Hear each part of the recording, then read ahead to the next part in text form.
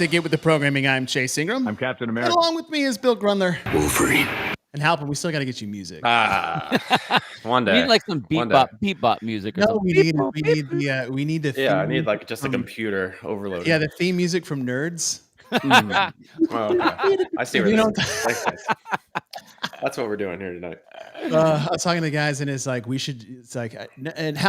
Mike Halpin, ladies and gentlemen, from Known and Knowable. If you guys haven't checked out that Instagram, they've got all the stats for the season and some. He does a lot of work all over the place. Does some Be Friendly a lot as well. And we recruited your services for this show. This is a show that stemmed from something we had done about 3 weeks ago.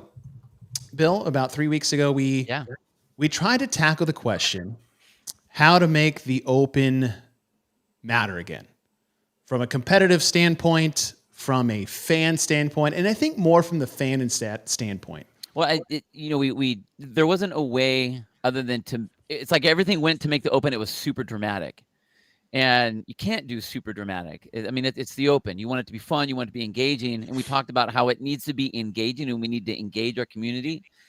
And I mean, dude, you did a great job. Thank you. That was a great idea, my friend. All right. So to catch everybody up to speed, the concept was, oh, yes, I did come off that. I don't know if you're clicking that or I'm clicking that. But the concept is the end of quarterfinals as we look towards semifinals. Last year, the CrossFit Games team allocated minimum games qualifying spots for 7 semifinals, being North America, East and West, Europe, Africa, Oceania, South America, and is that it? Asia? I like you got. In Asia. Yeah. In Asia. I think Oceania, and then I think you said Asia. So there's your 7, right? They gave them minimum spots, and then they did what they called the Dahant method, where they passed around game spots based off the top 100 in the worldwide ranking system. And how they use the worldwide ranking system is that people got points on their finish in the Open worldwide, and then quarterfinals, and then semifinals, and then the games. And as you move through the season, the quarterfinals, semifinals, you got more points at the bigger events. And then you got the most points at the CrossFit Games. The hard part there was they would take a 2-year look back at past competition to basically give future competitions a competitive compensation based off the strength of the field. And I think almost everyone in this group and some didn't really sit well with us when we're looking at actual competitive competition on the floor as it's happening and looking at past performance as if that's supposed to mean anything in the present time. Right. It doesn't mean anything. Yeah. I mean, the fact is that when it comes down to sports, the second it's 3, 2, 1, go, anything can happen. And so I don't think that someone should get a bye into the finals because of those sort of things. So I personally had a really hard time with that. And it should be the year of. That's the strength of that year, not the past year. And with that, and there's a couple of pitfalls, is because Asia is guaranteed, as it stands now, 2 spots for the games. South America, 2 spots. Oceania, 3 spots. U.S. semifinals, 5 each, and Europe with 5. That's the minimum guarantee. Africa had 1. They have 1 man, 1 woman, and 1 team. And the big thing that you hear a lot of statisticians out there is that based off this current worldwide ranking system, using 2 years looking back, and this escalating point system through the season, is that it's statistically impossible for Africa to ever get an extra spot. Matt, Mike, whatever my name is. Matt, Mike, tell us why that's the case with this current system.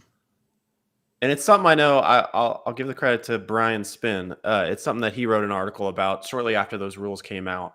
Is basically, and as you said, there's 2 years to look back. Well, if it's a different male or female athlete or a team, well, the teams don't count here exactly. But if it's a different person each time, they're only going to be able to get a few points. And not only are we seeing where the athletes, there's only one of them. Historically, those athletes don't do too well in the 40-person field at the games. So they're not even really going to the games and getting the most points they possibly could. So when you run that through the system, Africa gets 1 last year, this year, next year with the current system. And so that's what we're trying to fix a little bit here, at least gamify it within the season to say, if you want more spots, get more spots. And here's where we're going to focus on for the next hour and a half. First of all, thank you guys for being here. We've got a slew of people coming to join us. We've got some people waiting in the wings, some surprise guests. But here's the system that we're creating going into semifinals this year. The Open and Quarterfinals, your worldwide placing in both, is your strength of field top 100 for the semifinals. CrossFit can still keep the worldwide ranking system for the fun numbers, the AP coaches poll in, NCAA football, or, pro football focus of the top 15 teams in the NFL. Those are fun numbers to talk about, but these are the numbers that we want to use for the competitive landscape. So the way you finish in the Open and quarterfinals will dictate the top 100 worldwide, averaging those places together. Mike has gone through and done all of this for us and some. Once we do this, this is the strength of field for semifinals, the semifinal strength of field. After we get those top 100, after 3 weeks of the Open and 3 submission dates in quarterfinals, we're going to take that top 100 and then look at what the percentage allocation is at every semifinal and then run the DeHunt method. After that, we're going to get the legitimate strength of field because it's the strength of the field that is competing on the floor in the individual competition. So we went the next step and removed all team athletes who qualified in the top 100 completely out, moving up the next group of athletes and then running it one final time to get the final real in-person strength of field calculation, using your performance in the Open and quarterfinals, and then running the DeHunt method. And at the end of the day, we're going to see how much that changed, if at all. Was it 1 spot, 2 spots all around the world, or was it the exact same?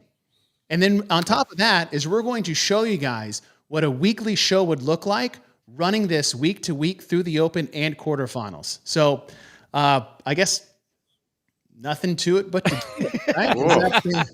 That it? Yeah. One, man. A lot of preamble. I know the comments are already wondering what they're here for. It's gonna get good, I promise. Well, I have a vested interest in this getting good. Yes. But, Mike spent weeks putting all of these numbers together and the graphics. So if it's amazing, this was my idea. I take all the credit. And if it sucks, you can just go to Known and Knowable and just tell them how much you guys hated it. So without further ado, we're going to send the wizard back behind the curtain and bring in our first guest. Well.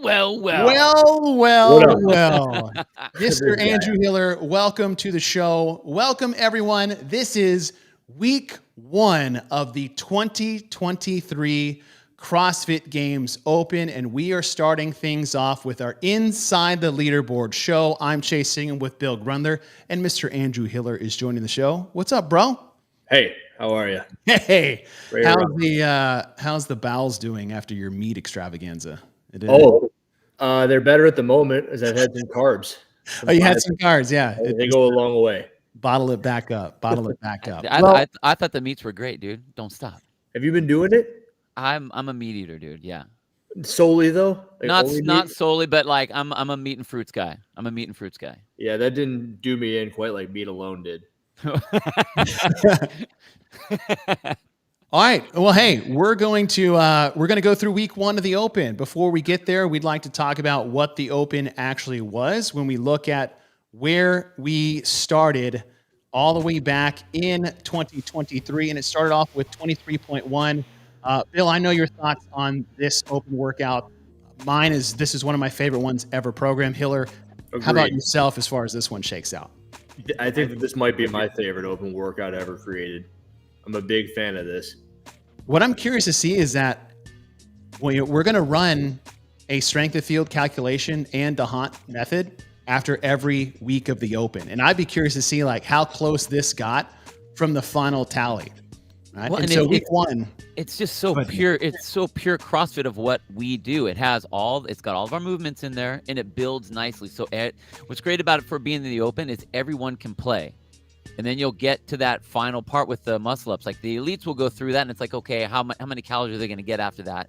But everyone else gets to play. It's a perfect setup for the Open and for the community, involved to get in.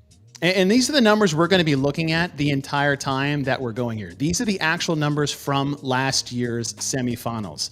Africa got 1 male and 1 female. Asia got 2 and 2. Europe ended up with 11 and 11. North America East, 11 women, 12 men. North America West, 10 women, 9 men. Oceania, 3 and 3.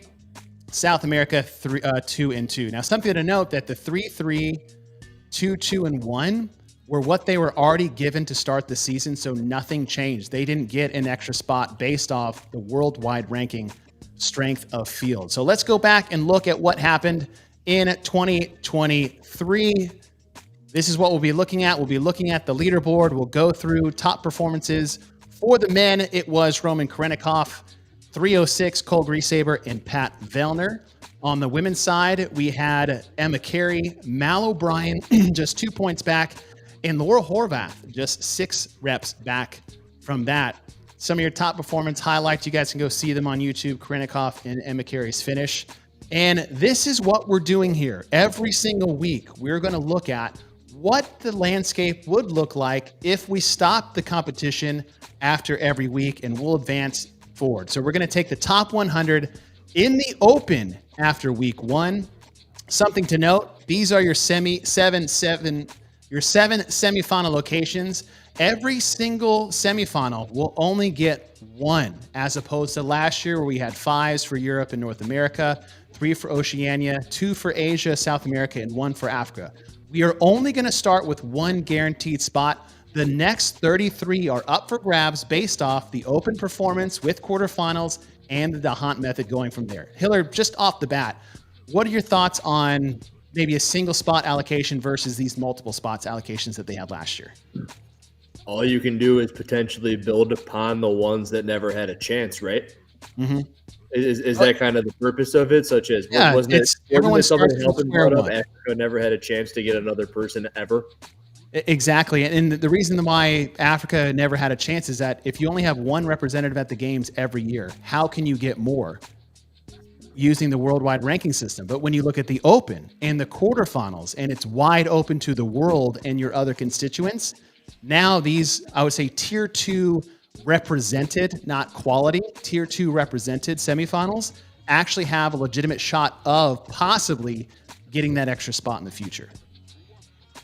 Let's look at what it looks like after 1 week for the men. These are your top 100 spots allocated per semifinal. Europe is sitting with 40.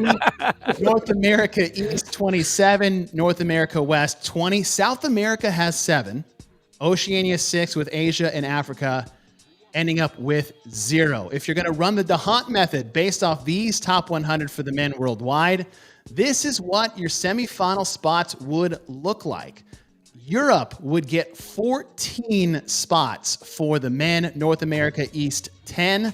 North America West, 8.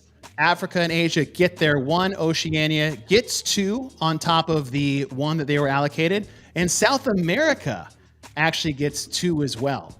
So that's what it looks like if we just ended it after week 1 of the Open. And I think that this is a really important slide to kind of keep in your mind, because we already said how great of a workout 23.1 was. And if we use that as a kind of a marker for CrossFit and we look at, okay, how is this going to look at the end? Like, I think this is one of the most important ones. And the fact we lucked out by getting this great of a workout as the first event, to compare that to what do we actually have that actually make it to the games. And if you think about what those numbers were at the end of last year, it was 11 Europe, 11 North America East, I think 10 North America West, with 2, 3, 2 in Asia. So that's it for the men as we look towards the top 100 cut line. Now, here's what's important, because every week we're going to look at who's on the outside of the top 100 looking in. And I was talking to Mike this morning, and he says, here, Mike, I'm going to bring you in to confirm this. Tonight is Halpin Super Bowl, Cave Dastro. Is that my goodness, this is what I love right here. Yes, to confirm, this is 96 through 105, and we're going to look at this every single week. And what this really looks like is who is fighting and who they're fighting for. So if you look at somebody like Keelan Henry from the 2022 games, he is sitting just on the outside. You saw 0 athletes from Africa represented in the top 100. Ooh, I like the music for sure. And just smooth here. If he can fight and people alongside him can fight for those spots, they could add another spot to Africa. They're hard pressed to do it with, like, as you can see right there on the cut line, just basically more and more East, West, and Europe athletes. But it's athletes like Keelan Henry, and we'll see it on the women's side as well, that can really push the needle here for their region. And the other thing I asked you too is that rough math, just for people watching along, is that somewhere around 3 athletes can turn the tide to get an extra spot or lose a spot in and out of the top 100. Is that close enough for just fuzzy math? But yeah, along with the 1 that they get minimum, if they get to like a 4, you're going to see them creep in and be able to get 1 more spot. Yeah. All right. I got a question for Halpin before he leaves. What happens if, say, HWPO moves to Africa and they bring everyone with them? Does it really change the entire landscape of this, or no? In this case, and we'll see it with athletes like Michelle Basnet.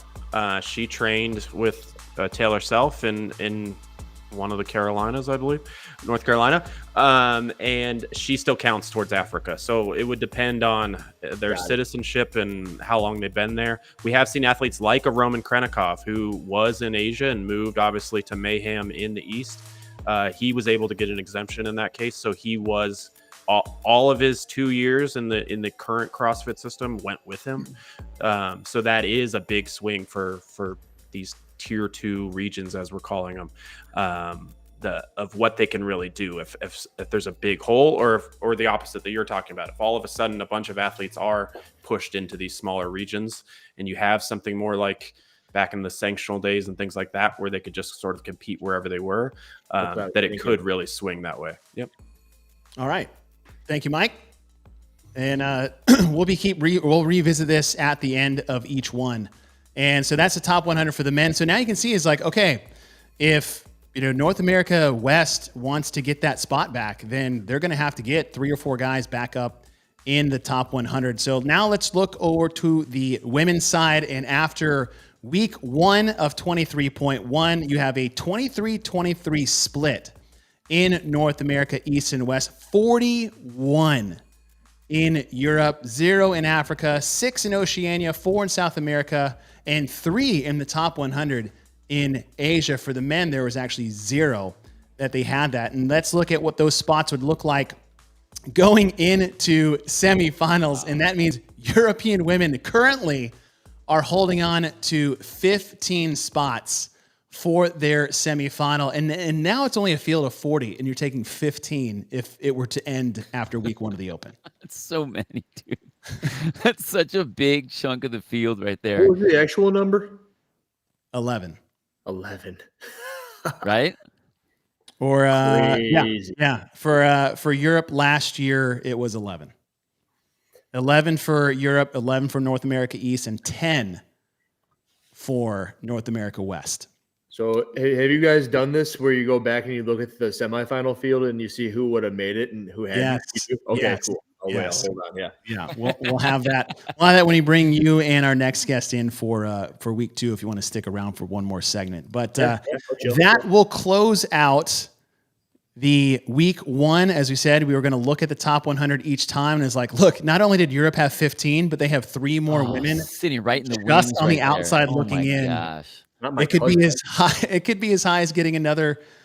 There's your 3 athletes. If they bump in and say they knock out a East-West in North America, now you're looking at a 7 and a 9 and 17 spots. And what's crazy is, that next event that's coming up, it's a 2-parter. So like it would be possibly very easy to have those 3 athletes bump up, based on what the points are. Crazy. So that'll wrap week 1. As we close out week 1 of the Open, we will be right back with our new line of guests as we look forward to week 2 of the Open here for semifinals.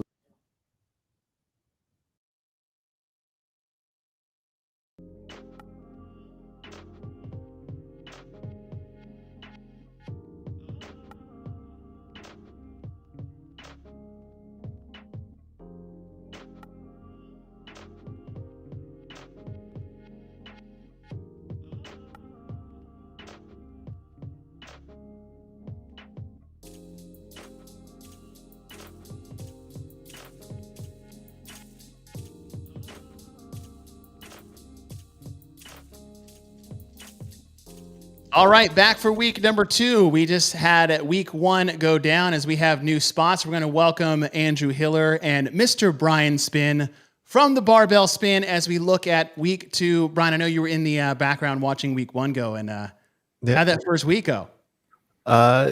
Europe gets a lot of spots, right? They better, but as John Young likes to tell me, it's only the first week, so there's still a lot of time left. Just like any competition, don't judge it by the first day.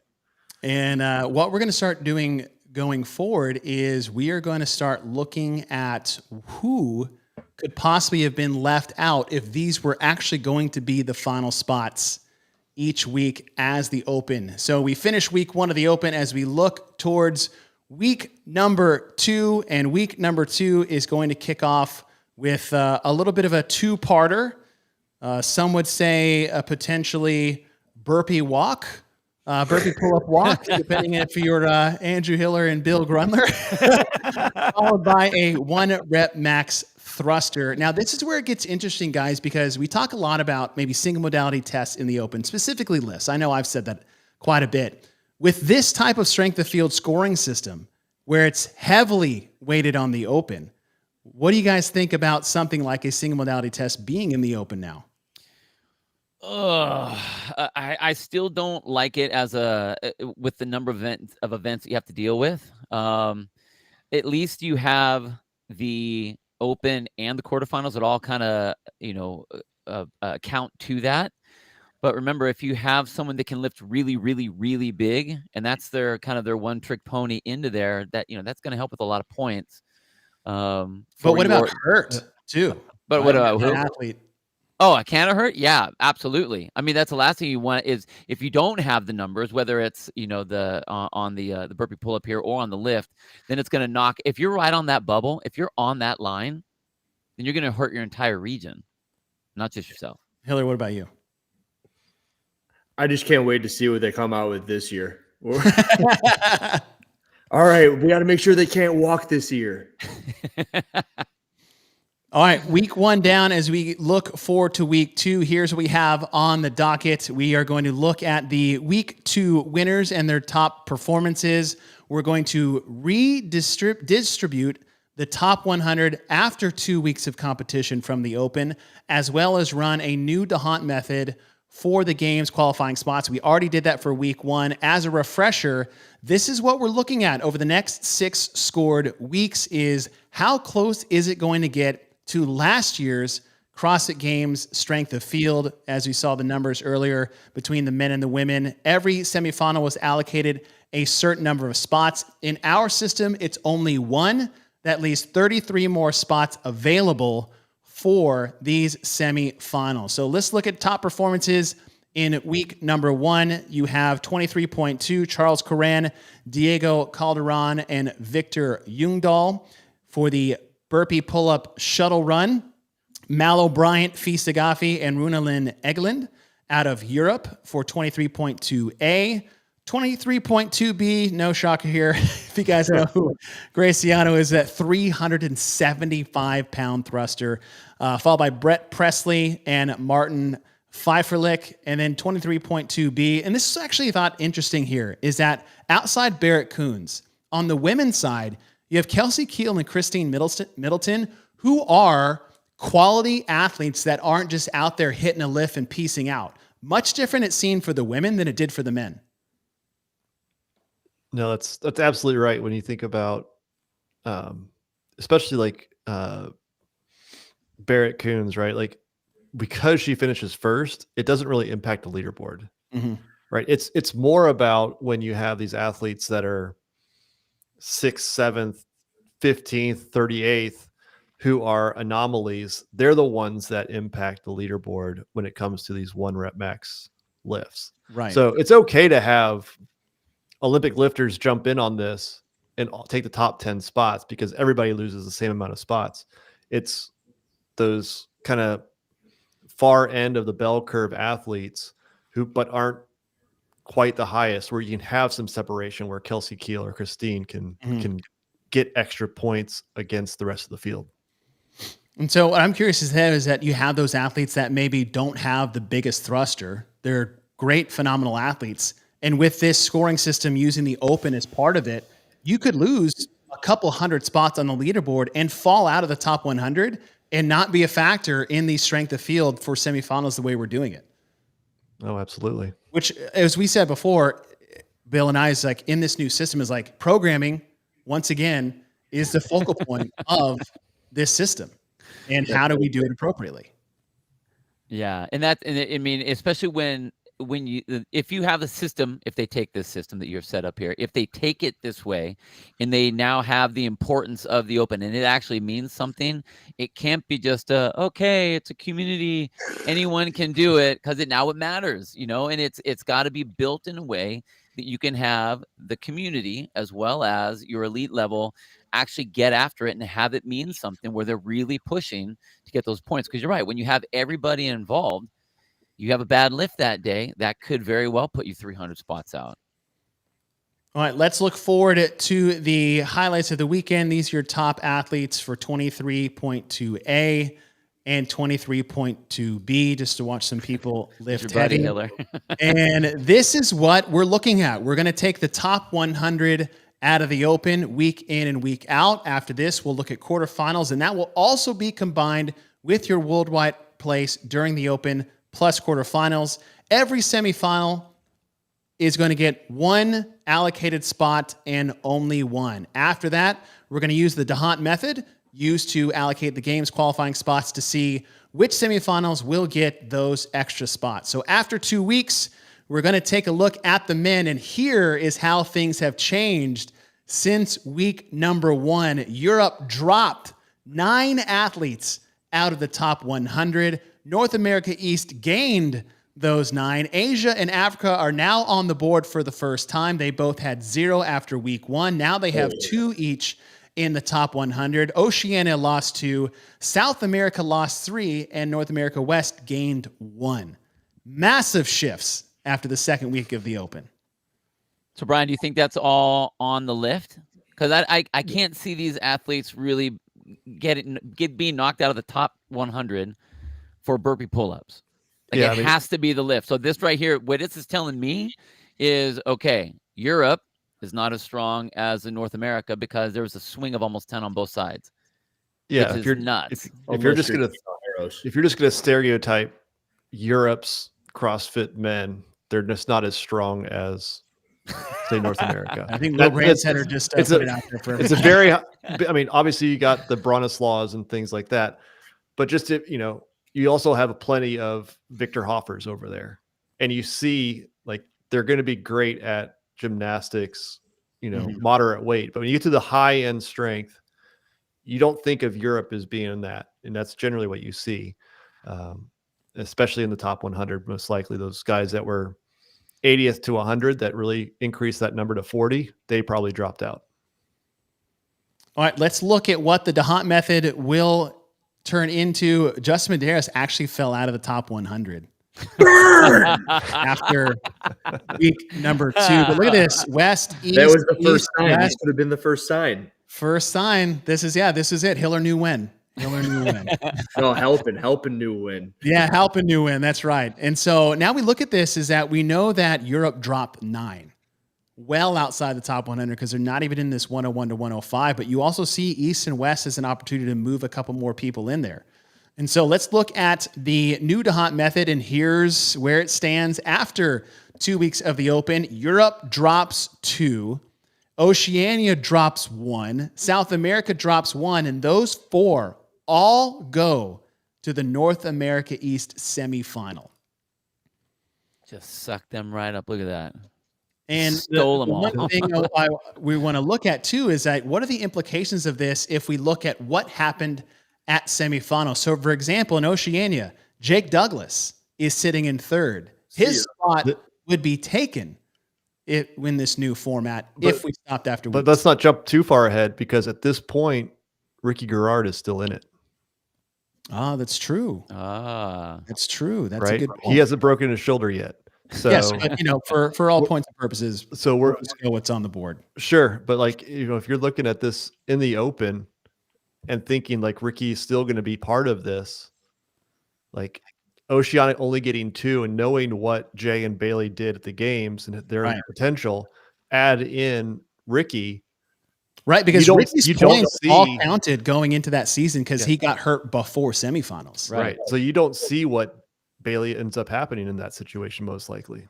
So let's look at other implications here at other semifinals for the men specifically. We'll go up to the European semifinal because even if they took the 12 for the men, that is one more spot than they even got last year. They got 11 last year. And if you look at your 12th and 11th place person, that's actually Fabian Benito and Colin Bouchard. So Colin would effectively make it in if they took 12 from the European region after the hunt change for this. But the big one here is the North America East, which, I mean, there's a lot of talk last year that that's the strongest one, at least between the West and the East, and everybody just started migrating. It's like the opposite of what's happening now. Everybody actually started to go west towards California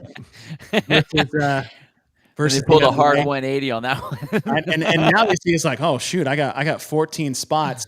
If you look at last year, Spencer Panchek, Austin Hatfield, Tyler Christoffel, those are your 12, 13, and 14. Cool. If we're taking 14 from this point on. Spencer made it. So it was 12 in the East last year. Yeah, 12 in the East last year. So you got your 13 and 14 as those extra spots that they just got after this spot allocation. No changes really in South America because they got 2. Asia only getting 1 since that's the 1 spot allocation for the men. Let's go over to the women's side. They had 41 in Europe and it's dropped 10 spots after week 2 of the Open. North America East gains 7. West drop 3. Look at Oceania. Let's go. Oceania added 5. Africa added 2. The hunt change after the cut line, we've got 3 athletes from North America. Olivia Kerstetter currently sitting 1-3. Karin Friola, actually, she actually probably moved up, I would say, or 2A maybe hurt her a bit. But let's look at the spot allocation. Oceania jumped from 3 to 5 spots from that. Asia dropped 1. Europe dropped 3. North America East gained 2 with 2 and 1. South America and Africa, respectively. And let's take a look at the North America East women gaining 2. That was the normal spot that they have. So really not going to be a huge change there. Paige Semenza being your last one in, just as it was last year for that semifinal for the North America East. But you look at North America West, and that's 8. All right, 8 spots. So now the question is like, who would have gotten left out last year if they only took 8? And Kelly Baker and Bailey Rail. Oh man, sitting at 9 and 10, tied at 415. Oddly enough, with Danny Spiegel points back. Right, so 9 and 10 would have been knocked out. And the big one here is that Oceania move. And this is without Tia, because Tia didn't do quarterfinals. So she was completely removed from the leaderboard when it came to that. So even without Tia in using the Open so far, is that Oceania bumped up 5 qualifying spots when it came to this. And if you look at who that's going to be, Caitlin Van Zyl and Maddie Sturt sitting at 4 and 5 based off 2 weeks of competition, 3 scored events of this semifinal system that we have going on. That's the shakeup. And now as this goes along, these swings will probably be less as we work our way towards the end of the quarterfinals. But just to show is like, that's a week 1 show and that's a week 2 show. And as we switch gears here, what are you guys' thoughts on the mood swings for semifinals so far? Go, Brian. I mean, yeah, you've now had two scored events in 1 week, so you have a lot of movement in that, and so like you said, it's going to have less and less, and now the focus is really going to be on those athletes in the 80 to 120 range, and what they're going to be doing, right? Because the athletes who now, after 3 scored events, who are in the top 50 are probably going to be there. We've had enough variety in the movements to know if you're the top 50 athlete, you're probably going to be there. So now we can really focus on how many people in the region are just outside the cut line and how many are just in, and you can start to see how those shifts are going to start to, how they're going to occur. And you now can focus on 40 athletes that are probably really, really important. Because we're talking about athletes on that cut line that we probably wouldn't ever talk about and put any emphasis on the competitive nature of what their impact is on the space. Without Justin Medeiros' 23.3 is a lot more important than it was in the last system. And as I said earlier with Mike, is like 3 or 4 athletes in and out of the top 100 is the difference between one spot given to your semifinal or taken away. Yeah, and I think if the men, if I remember right, there was like 3 from North America West just outside the cut line with Justin. So all 3 have good 23.3. They get that extra spot back. Love it. And you have to think about like how this would play out week by week through the Open. Like the fact, how someone comes out big on day 1 of semis and everyone's like, oh my gosh, they're up in the front. That would last a week and then continue on for an entire week. So like throughout the Open, we have that same excitement of, okay, well, who's going to go now? We already kind of know. We have a preview. We already know what's going to happen for this particular year. But if this kind of creeps on next year, then at week 2, it's like, okay, we now know who's there. We know who fell out of that top 100, who moved into that top 100. Now, who are these people that are that gatekeeper sitting there at the either at the 99 or the 103, trying to get their region another game spot. So there's almost teams. And now what's happening is you're getting teams within your region just trying to get allocated spots as we get more and more points, as we get more and more further and further into the Open and then into the quarterfinals. Yep, dig it. Well, that's end of week 2. We have one more week of the Open, and then we will be 50% of the way of the events that will be qualifying people to semifinals and deciding what the strength of field will be going into semifinals. Hiller, Spin, thank you guys for rolling with us. Absolutely appreciate you guys. Thanks for the support for our fun show for the day. So Thank you guys. Have a good one. Bye. All right. As we close out there, we will bring in the prettiest man I know. And oh, look at that shirt. Look at us. Look at us. Look at us. Mr. J.R. Howell, welcome to the show, sir. Welcome to the show. Thank you, sir. It's a little bit later for you, so it's you're in vampire mode, I see. Yeah, seriously. Yeah, kids are in bed. Are you doing that in their bedroom and that's why you got all the lights off or what? It's right there with the sound machine. White noise sound machine is right outside the door. Well, you got to be in the background for the last week or 2. What have you thought so far based off this? I think it's awesome. I think getting to see what the Open has the potential to bring back, you would say, is just really interesting. And I'm already like trying to figure out how the leaderboards and how the spots are going to shift after the snatch workout. Well, we know that what is coming up, as JR said, is 23.3. And as it was announced last year, it was that snatch ascending ladder with double unders and wall walks and strict handstand push-ups in that second round. And the way this is going to shake out is, I think, a little bit like we saw in week 1, is that the better all-around maybe CrossFit athletes will rise towards that top 100 after week 3. JR, how do you think this one compares to that first event? The first event, the 23.1, as far as like CrossFitty for the community and the elites altogether? I think it holds up for sure as one of those classic tests in quotation marks. The only thing I would say about this is it's very heavy in muscular stamina versus week 1 just being kind of a little bit of everything. Yeah. Base and then what we capacity, saw, chunk skills, a little bit of weightlifting, moderate to light loads. I think this is, for a lot of people, it ended up just being, can I snatch the last weight or can I not? Right, and then another tier of people, can I get through both sets all 40 strict handstand push-ups. So. We saw a massive swing, especially in the European men and women, almost exactly, losing maybe 9 to 10 of the top 100. And Bill was talking earlier, most predominantly leading because of that 1 rep max thruster.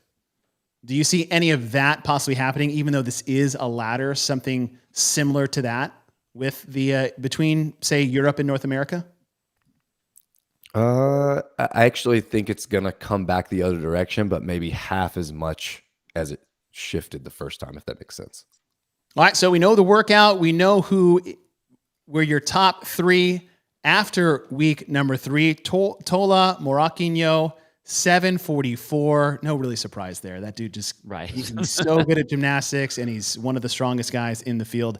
Sam Cornway out of North America East. So actually you have 3 North America East athletes in the top 3, with Jake Berman rounding out your third after 23.3 on the women's side.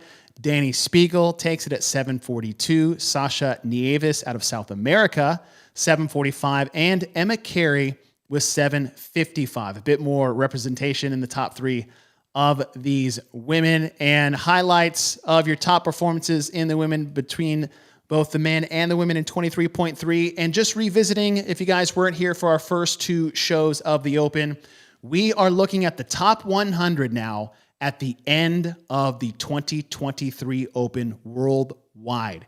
From those 100, we're going to allocate where they are in their semifinal regions, and then run the D'Hondt method. Again, every semifinal will just get 1 guaranteed spot for a games qualifying position at their semifinals. The next 33 will be distributed based off the top 100 men and women worldwide after the Open. So let's see what happened for the men. Europe drops another 5 spots. North America East gains another 3. West finally moves up on the board. They've been losing athletes over the last 2. South America gains 1. Africa drops 1. Asia drops 1. Oceania stays static at 4. So we are curious to see how that would happen. JR, what are your first thoughts on seeing this? That, for the longest time, people have been screaming 2 things. 1, Europe deserves more spots, and then Oceania deserves more spots. So seeing them drop a little, but still being strong, I'm really curious to know when it all shakes out, when we see this next screen, is what everyone's been clamoring for going to come to fruition, or is it going to be a, nope, gotcha, they actually got it right the first time? Yeah. Halpin, you got some stuff That's to add? that's why I'm here. Let's see that next screen. I think we're all right. So before we get to the next screen, let's look back at what it actually was last year for the men. 1 for Africa, 2 for Asia, 11 for Europe, 12 for North America East, 9 North America West, 3 for Oceania, and 2 for South America. So after the Open, with the top 100 spread out across semifinals, here is your D'Hondt method for the men after the 2023 Open. Oh, well, Let's talk. Yeah, let's jump into the Oh, D'Hondt yeah. Sorry. Well, no, you're good. Yeah, not too many notable names here. Seth Stovall, I think a few people know him. He was actually talked about on a show this morning with Sivan and the Jakes over at Mayhem. And then Seongjung Kim, hopefully I'm getting that one right, holding it down for Asia, just outside the cut line. Same with South America, Bruno Marins. If they, as we were talking about, if they can jump in, if they can do some of these things. And so if you go over to the next one, we break it down a little bit further just to show where some of these athletes are. So we've seen that Africa has 1 athlete. Darren is solid into the top 100. This does go down to the 125. So we're not seeing a Keelan Henry. We're not seeing a Jason Smith. Some of the athletes we've sort of know and are notable from the games and things like that. As Brian Spin brought up on the previous show, Ricky Garrard is still in here. So this is all pre-shoulder injury. He wasn't on a bike at the time during the Open here. So we do have a good contingent from Oceania. But as you can see here, we're going over some of these tier 2, as we're calling them, regions. who isn't here is South Africa. So if you want to go over to the next one here, we can really dive in there. And just to jump in, is like tier 2, we're looking at quantity of spots given to them by the CrossFit Games, not the quality of the athletes competing. Yes. Yeah, exactly. So look how many are in South America. Yeah. And just outside. So this does go to 125, as I was talking about. They have 5 athletes in and 4 athletes right on the cusp. I mean, again, Bruno Mars, I think, as Will was calling him, is just hanging outside the door here. I was going to make a leave that door open reference there, but that's good. But 4 athletes just outside. And could be knocking on that door to get in. And it similar to what we saw in Oceania. I think we're going to see that again here. This is the type of movement that would be in a show like this, pushing athletes to say, hey, I can't just sail the Open and hope to like beat out my competitors here in the region. I can actually go and win something for my region. Right. I mean, you look at, say, okay, 101, look how close you were. Should you have pushed a little bit more on, say, that one workout where you're like, oh, it's just a top 25. Who cares? I'm going to quarterfinals, right? What does it matter? I don't need to push there. Now, you better get that extra burpee pull-up or that extra or those extra 5 pounds. You go to the next slide. Look at the names on this list. Who do you not see? You're good. Guy Malheiros. He finished the Open in 420th first place.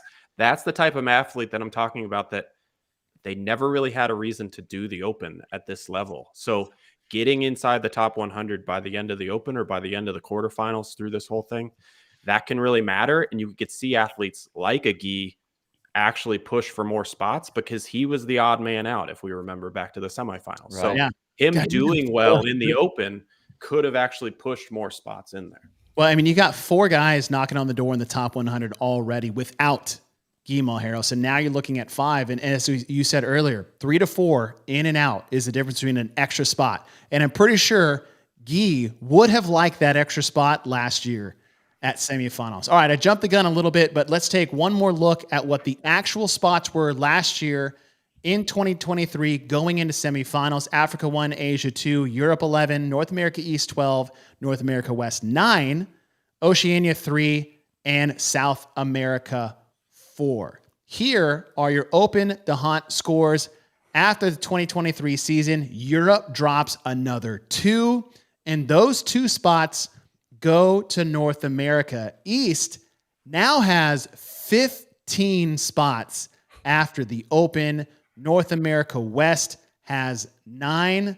And if you want to take a look back at what we're coming from, Europe lost 1 based off what they got last year. North America East got 3 more, and the North America West was relatively the same with 9 spots. Oceania, only 2 though.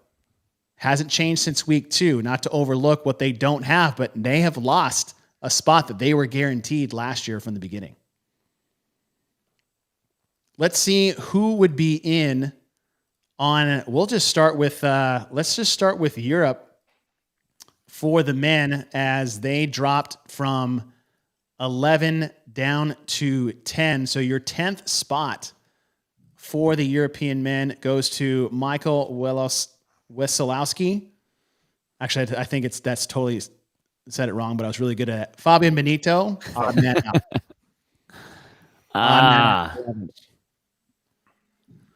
Man. Right. And then, let's go to the other side and we look at North America East. Now they're rolling with 15 qualifying spots when they had 11, or sorry, they had 12. And that is actually going to be Austin Hatfield, Tyler Christoffel, and Evan Rogers in 13, 14, and 15, where last year Spencer Panchek was the last man in. Hatfield's pretty good, right, JR?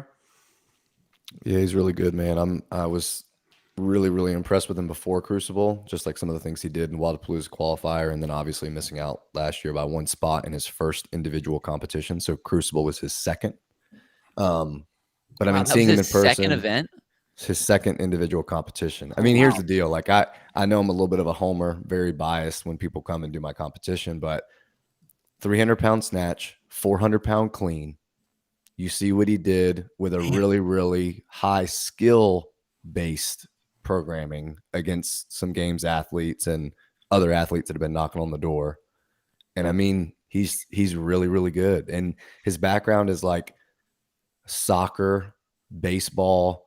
And I mean, so he has some endurance. He has some freaky strength. Like I think he's just got like a 235 strict press for 4 or 5. Like he's got that, and he's built for it, right? Like his anthropometrics are perfect. So I'm I know I'm playing him up, putting some pressure on him, but I expect him to make the games going away this year.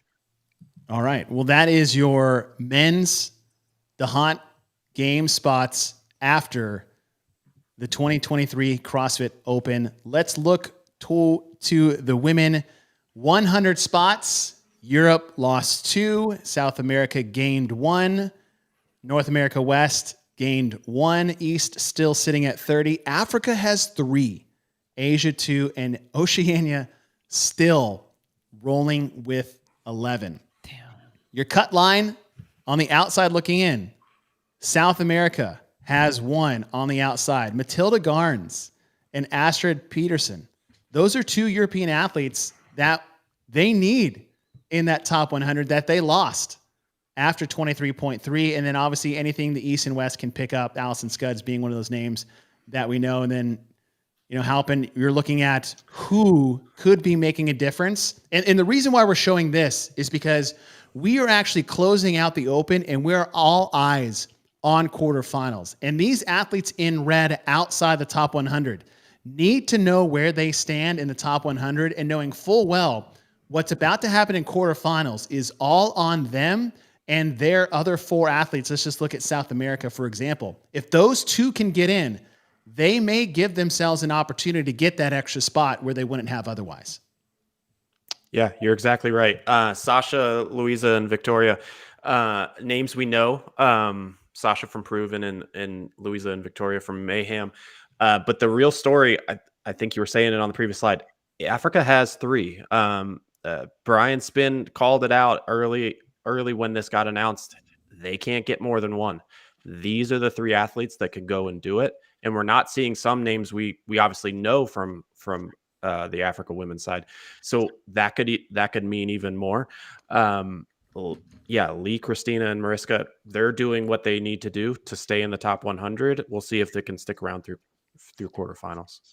Moving over to Oceania, as we said, they had 11 inside the top 100. And it's an 11 without 2 very notable names. One and the biggest name. Right? Yeah. Mm-hmm. Cara won't be there again this year, but Tia's coming back. But then again, it depends on where she gets allowed to compete next year. I'm curious what that looks like as well.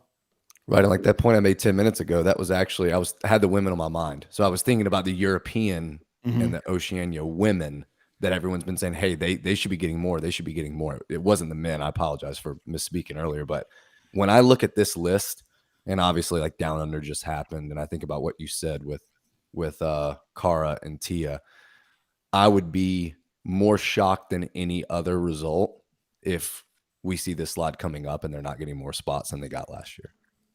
Well, on cue, this is what they got last year before we get to what they get after the Open. The women, Africa got 1, Asia 2, Oceania 3, South America 2. I'm going through those because those numbers are what they got from CrossFit before they even ran the DeHaan method. They got no extra spots after the strength of field calculation using the worldwide ranking system. Europe, North America East both got 11. North America both got 10. So let's look at what the DeHaan score looks like for the women after the 2023 Open. Europe drops down to 11. Now that is the number that they had last year. Oceania holds at 5, but they have 5 versus the 3 they only got last year. Asia just 1. Africa, there it is. Africa has 2 spots after the 2023 Open, with South America getting their second spot after just allocating one, and then lowly over there in the North America West, eight women out of that. And as we saw in week 2, that's Bailey Rail and Kelly Baker missing out if we looked at the semifinal finishes from last year. What do you guys think about Africa getting that second one now? I mean, it's monumental for them. Like, it shows the they've only ever had potential, one, right? Yeah. Mm-hmm. Well, and that's what you want. I mean, what's great is the fact that we want there to be an inclusive. We want everyone to have representation, so they have that. But then this also allows for, if you have your level of athletes that are able to bump up into that top 100 spot, you now mathematically deserve to have more people represent your region at the games. And I think that's what's really cool. They've never had that. You know, it's like, here's your one token spot now, or whatever it ends up being, and we'll divvy it out to everyone to everyone else. But now it really matters. And now when you have those athletes that are very close, I would make a road trip up and say, hey, I'm going to watch you perform so you can get into the top 100, because I'm number 3 guy and I need to get in. So I'll be there. I mean, yeah, you just look at, like we said, Australia holding on to 5 with all 11 women inside the top 100. Now we're shifting focus. The Open is over. This is accounted for 50% of the strength of field for semifinals. Now we're going to look towards quarterfinals.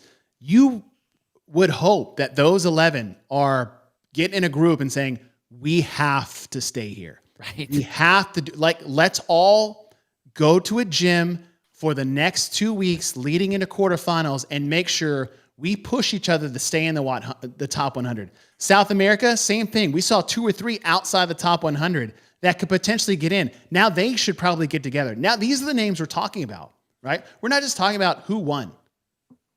Who is the best? Like, we're talking about people on the cut line. People, we talk about storytelling all the time. We're talking about people we've never heard of, and now we're putting a massive importance on who those athletes are after we look towards the Open. So, Halpin, we're rocking and rolling. I'm going to drop you back as the man behind the curtain and bring a man who forgot his shirt. What is up? He is pulling an Andrew here. Mr. John Young, welcome to the show. I know you've been in the background watching this, sipping coffee and doing bicep curls, but you got to watch it, actually. Oh, Ovaltine. Nice. Yeah. You're 60 years old. That's good. What has this been like for you, seeing these 3 weeks go, just using the Open for the scoring system so far? Dude, I love it. I love seeing the differences. I love seeing Europe get the respect that they're getting. And quite frankly, I don't want to give Halpin too big of a head, but I feel like this is how we should do it. I don't know why we're not doing it like this, because I think it's so much better than what we have going on right now. I'm just going to bring you in so you make sure you can hear that. I heard it. For those of you guys just joining, all of these. I'll take my shirt off. I'm so all these slides and numbers. This is all Mike Halpin. So if you guys like what we're putting out there, thank this man. All right, get back in your corner. Get in your box there. Get back in your box. All right, we are done with the Open, and so if you guys are just joining us, we are doing the semifinal strength of field using only your performance in the Open and quarterfinals. So if you guys don't remember, last year quarterfinals, there was 3 submission windows during quarterfinals with 5 events taking place. Events 1 and 2 were due for submission window 1. Events 3 and 4, submission window 2, and the 5th and final event for submission window 3. And we are going to recalculate the top 100 and game spots allocation after every submission window. Now, as this leaderboard shakes out, this leaderboard that Mike put together is combining the Open performance and every submission window performance in the top 100. So you are getting the real-time top 100 after every submission window, not just the top 100 in the quarterfinals only. So let's take a look at what we have coming up in this episode. We've got quarterfinals submission number 1. And in this one, we have 2, I guess I should say what they called them then. Even I don't want to, tests for the quarterfinals. And as we look at the first one, it is that ascending ladder of squats with descending weights, handstand walks, muscle ups, and chest to wall handstand push-ups. We saw that as event number 2 was the double or the single cross unders with that 12-minute AMRAP, dumbbell snatches, and overheads. John, seeing these 2 events as the first one, JR, thank you for your time, sir. Now you got to bounce. Sorry, we don't get to talk, JR. Have a good one. Those babies. Oh, good, John. John, I expect my wife not to be able to fall asleep when the voice raises and you go on one of your rants. So I'm expecting that when I jump off. I'll try to keep it somewhat quiet. Thank you No. very I love much, it. I love it. When it's a party, when you start to raise your voice, that's what we need. Yeah, Are you serious? We need that. We need that kind of response. Thanks, guys. Appreciate it. Thank you, JR. Better, JR. So, John, when you look at these events for the first 2, after what we've seen coming out of the Open, what do you think about as that? What type of effect it might have in different semifinals based off what we've seen so far? Well, I think the first event would be kind of similar to I'm willing to bet the first event is similar to the first event in the Open. I love the first quarterfinals event. I'm interested to see what the results are, but I bet they're pretty similar. I don't know if they are or not, but that's my guess as far as like how many spots make it. The second event, that's anybody's guess. I hated the second event. Guys, I don't know if you did the second event. I was one of those people that could not do the crossovers. I could not figure them out. I can now, but I couldn't then.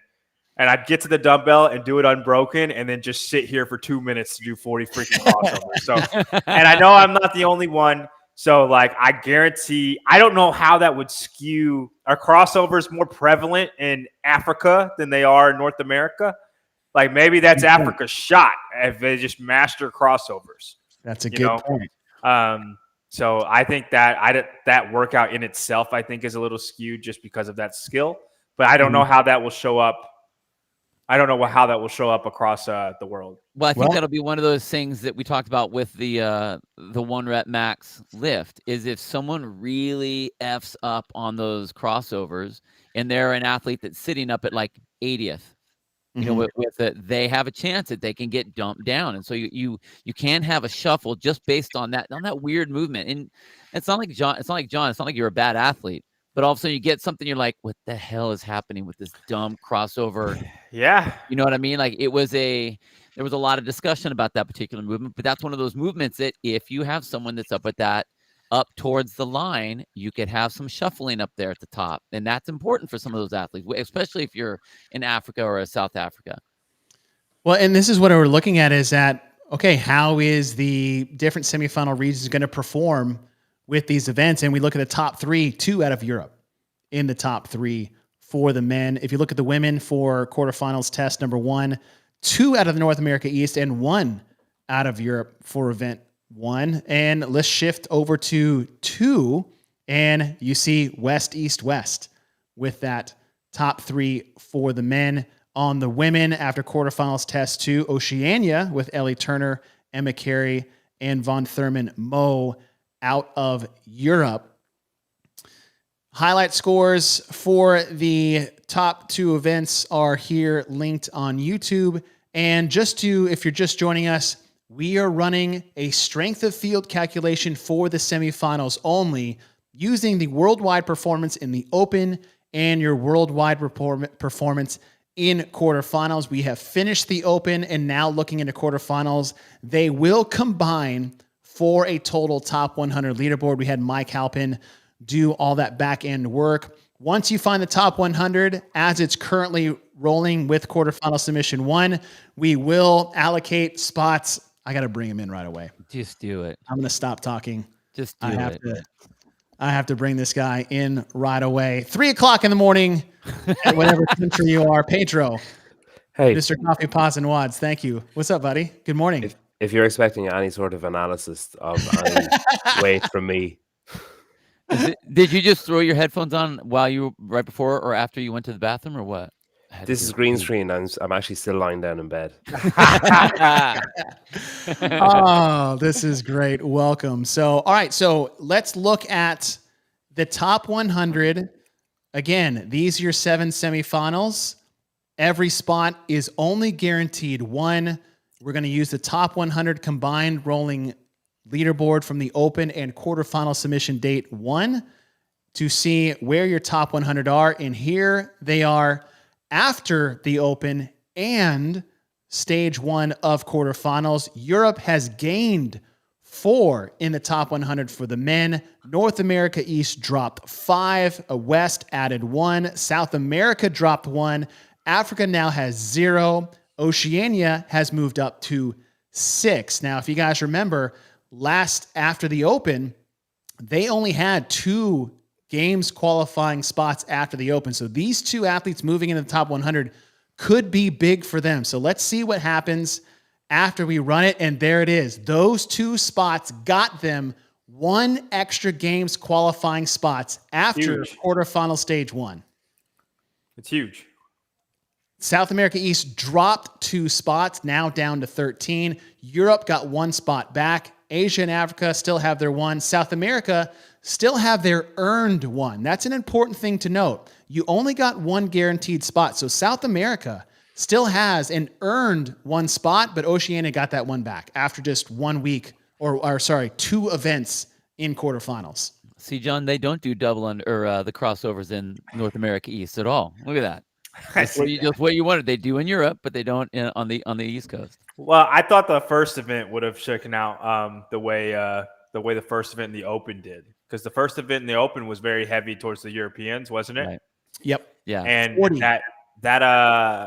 that first quarterfinal workout just seems. I know they're not the same at all, but it just if you're good at that one, you should be good at the one in the quarterfinals. You just got to be a little bit strong, but not a lot of it. So, Pedro, I know we're not going to get a lot of analysis from you, but Halpin threw something in is something I feel like you're getting better at is marry, fuck, kill, Oceania, Asia, and South America. Hey, I don't like this. He killed me the last one he did, and I don't think that was very nice. So, John, listen, someone over has and to everything bite for the you, bullet. Pedro. And look at that. Someone has to bite the bullet. Now, if you guys go ahead, Pedro. I just sorry, Asia. Okay, you can guess the rest. Move on. If you guys don't remember the spots from last year, 1 for Africa, 2 Asia, 3 Oceania, and 2 South America, with 11 for Europe, 12 for the East, and 9 for the West. That's what they actually got last year using the worldwide ranking. But with our system, after just phase 1 of the Open, Europe has the 11 that they did get last year. Oceania got their 1 back. Asia did lose 1. South America North America East still has 1 more than they had got, with 1 less on the North America West. So if you look at that, we can take a look at what the West would be. On the Oceania semifinal, obviously Jake Douglas will get his 3rd place finish back now that Oceania got their spot. On the men for the West is that we'll look at what that 9th position is. That was Cole Sager. So that's the number of spots that they did get last year. So we're pretty close to what we had last year so far after 1 stage of quarterfinals. Let's look over towards the women. After 1 stage, there's some red out there, all that red is jumping solely over to the North America West women. They gain 6 as the East loses 2. Europe stays the same. Asia still keeps 2, but those 11 at Oceania now down to 10. And Africa loses 2 spots, so they could potentially lose that 2nd spot that they had after the Open, with South America in 3 as well. a lot of double Dutch in California. Sunny out here, it's sunny out here.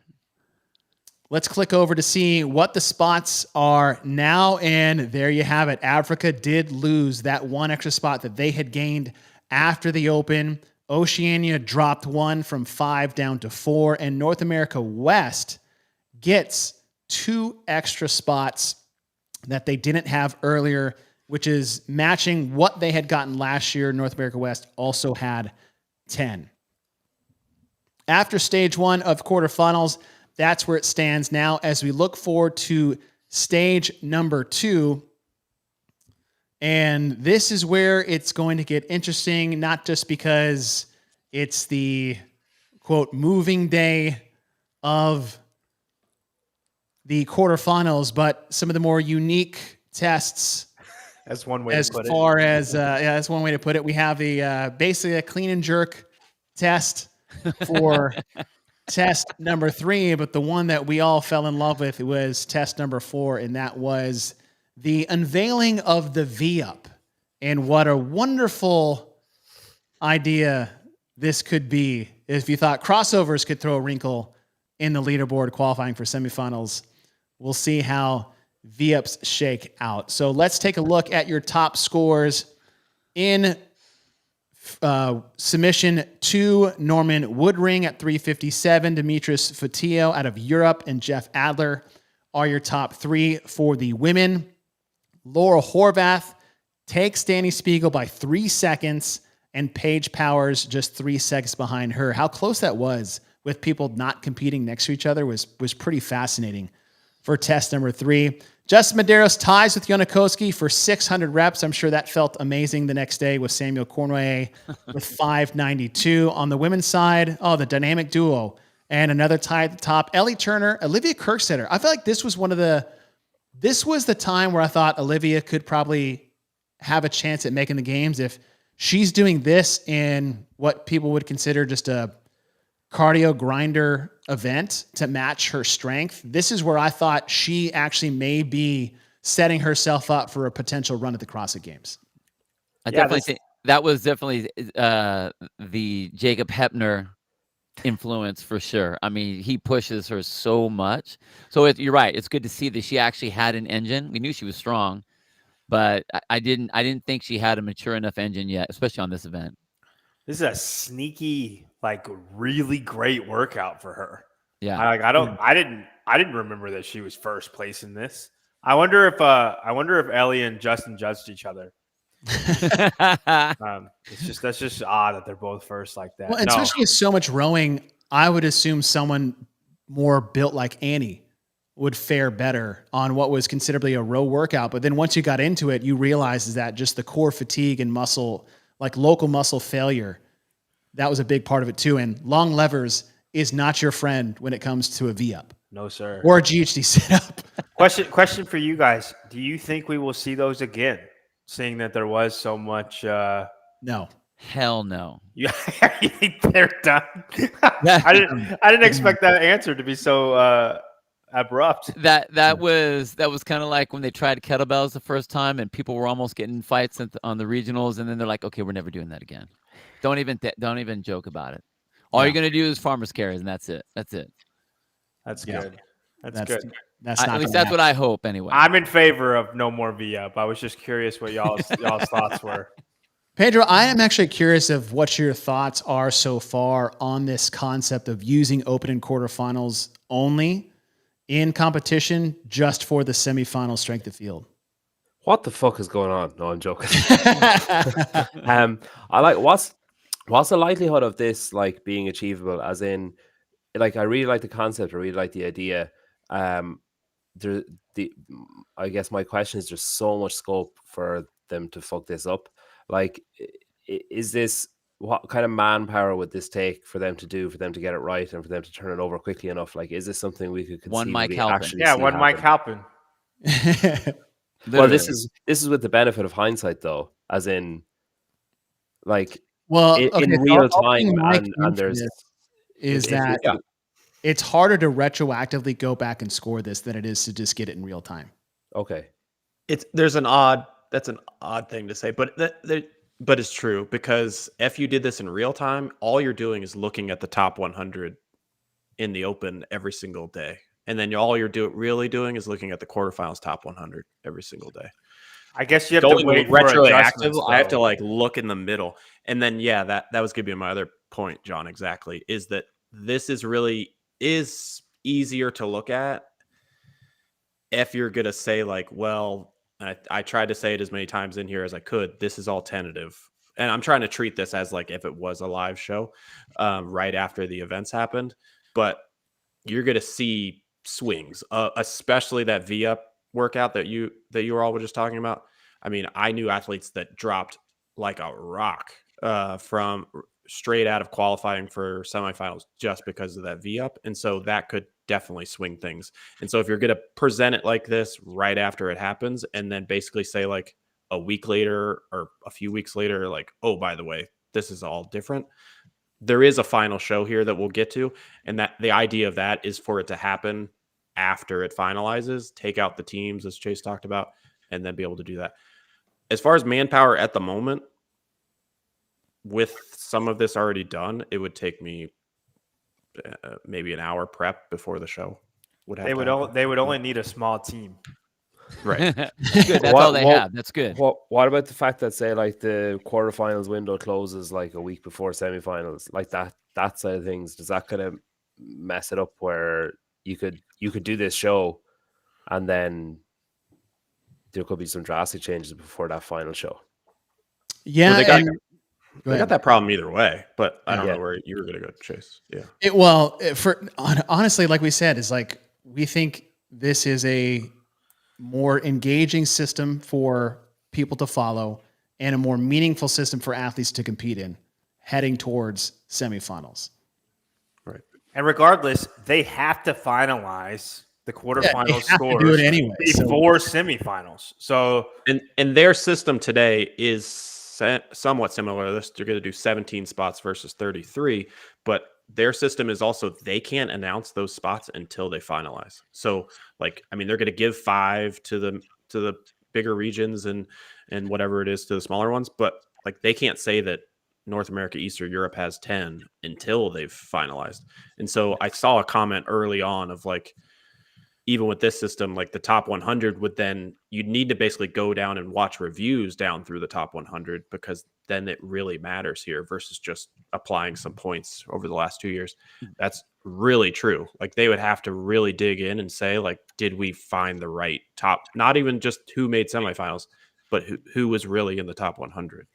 Well, but I think like whenever they finalize their numbers, whenever and as they're playing out, I mean, it would just be basically a number grab, right? You just grab the numbers that are there. It wouldn't be us necessarily doing the, okay, was that video good or not good? Did it pass or not pass? It would be like, okay, once all of the numbers flush out, then all this stuff can happen. The only thing we can't do is say, okay, well, we know what did happen, so let's go back and see, well, who would have made it in or wouldn't have made it in. We just say, here's who's on the bubble right now. So what we're doing is we're pumping all that up and then talking about the top 100 as far as like who's going to get because of that top 100. Who are these other names? And you know that allows us to talk about other athletes that are in our space that would never normally get talked about. Mm-hmm. Yeah, you know. I also think it's just a great way for people to give a shit about the Open and quarterfinals. Well, I mean, at the end of the day, it matters. Yeah. It all matters, top to bottom. And all we want all year is stuff to talk about, like a logical reason to have to talk about stuff. Do you know what I mean? And if you have an extra, whatever, 4 or 5 weeks that you have to talk about stuff, this is what we want. I will say, though, it is pretty fucking risky to start a branch off podcast from a podcast. It's a dodgy move, Chase. I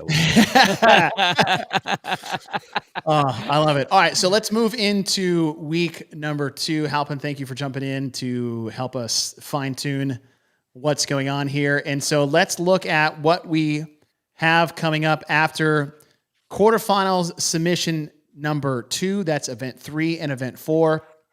Any guesses or bets on how this middle combo is going to shake up the top 100?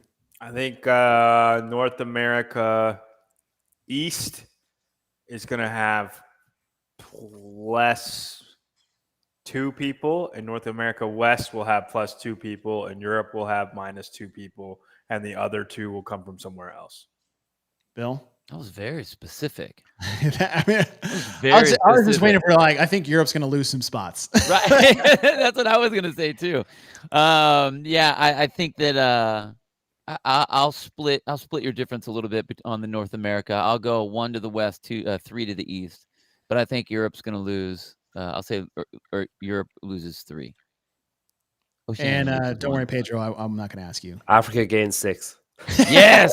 Hey, Oceania was really strong, right? Oceania might gain some too. 'Cause Yeah, they gained a lot in the thruster, right? They gain a lot in the thruster one. They had 11 in the top 100 after the Open and 10 after submission window 1. Again, if you guys are just joining us, we are only allocating one guaranteed spot to every semifinal.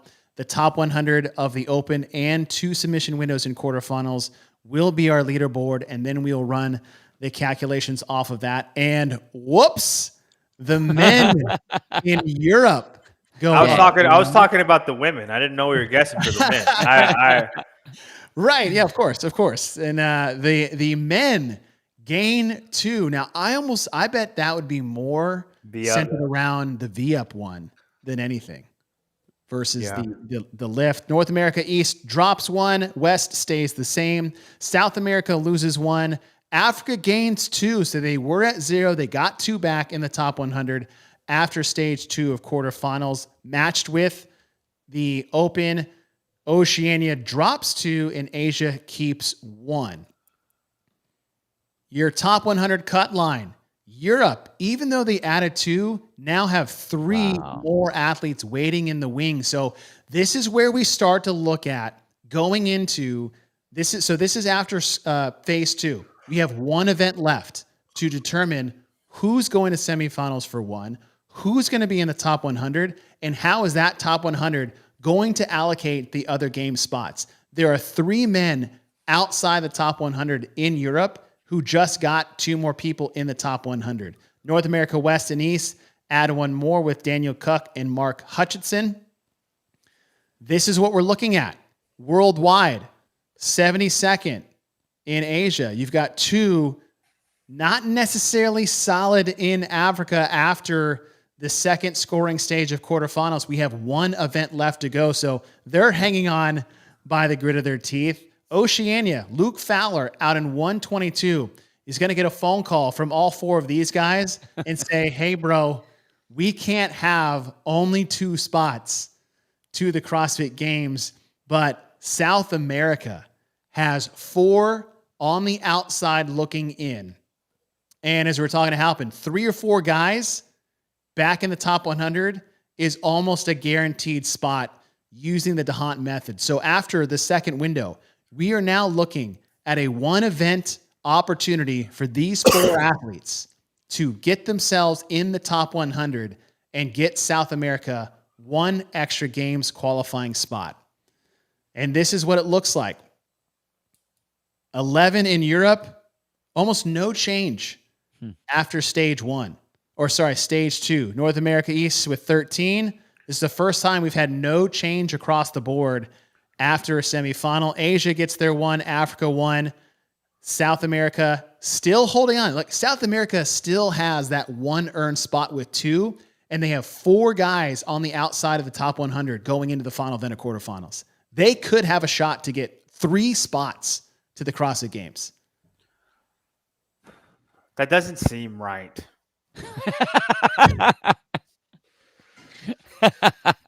like I'm sorry, but like if you take the top 6 guys from Oceania, all 6 of them will beat everybody from South America except maybe Guy. Right, except and Guy's not even in the graphic. Is he in the East? Yeah, but, I mean, like here is what is happening. Whether it doesn't seem right or not, like the numbers are right there. I get you, but that does not. America has more people in the top 125 than Oceania does. Yeah, no, it's off for performent. 100%. Do it, John. Do it, John. Lose it. I'm with you. Are you serious? But when did I say that? When did I? Wednesday the 12th. Wednesday. I don't remember. Between 4 to 6 p.m. Central. I understand. It's based on performance. For 100%, South America is deserving. It just doesn't seem right because I know in the games. You're right.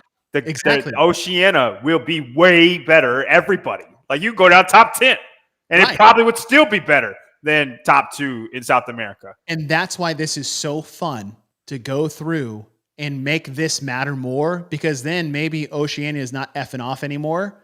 just limping their way towards semifinals, knowing they've got their top 30 guys and realizing that spots are on the line now, and South America has basically a 2-man Are lead. taking them to school. Exactly. Yeah. Exactly. That's what we want to see. And it's also it's another leaderboard that we aren't used to seeing, a running leaderboard from the Open straight into the quarterfinals. So it's compiled that way.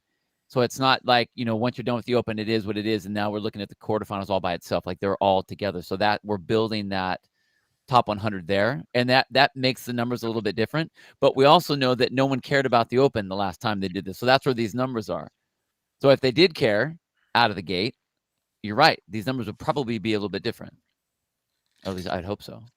And again, this is where everything stands after the Open combined with quarterfinal 1, quarterfinal 2, and 1 event left in quarterfinals going into the third submission date. These are your numbers with 1 week, 1 event left to go for the men, which we'll get to after we close things out. For the women, after the second quarterfinal stage, North America East gained 4, and they took all of them from the West. Civil war here.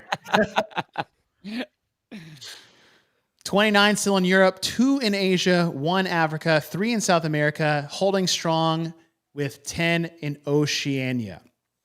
This is your top 100 after 2 submission windows in the quarterfinals, combined with their performance in the Open. Solberg out of Europe, outside looking in. Everyone in Australia is looking down here at Marnie Sykes and saying, please come back up to the top, because we enjoyed those 5 spots we had going into quarterfinals after the Open. And then you have East and West. But the other side, we focus a lot on here. These athletes need to watch their back too. Oceania, 98th with Georgia Pryor. East and West. East could take another one, right? If West drops out. And then Africa holding on, like they need that. They need that and probably +1 going into that. And so let's look at some of these other semifinals.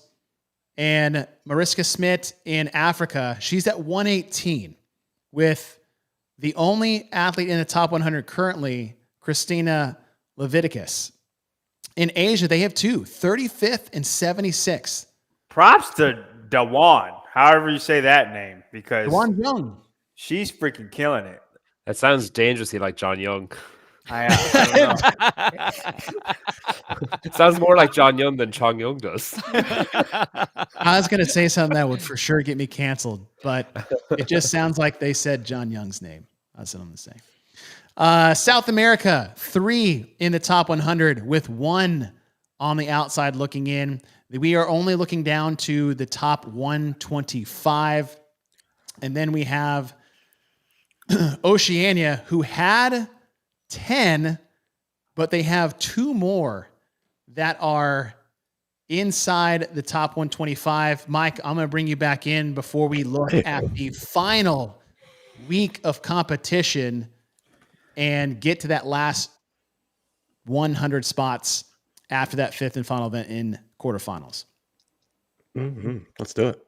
And so as we shift gears here towards that, closing out, this is where it stands. We do have shifting for the women after 4 events in quarterfinals and the Open. North America jumps to 12. Like we said, they took 4 spots from the East. So the East drops down to, the East goes to 12. West women drop down to 9.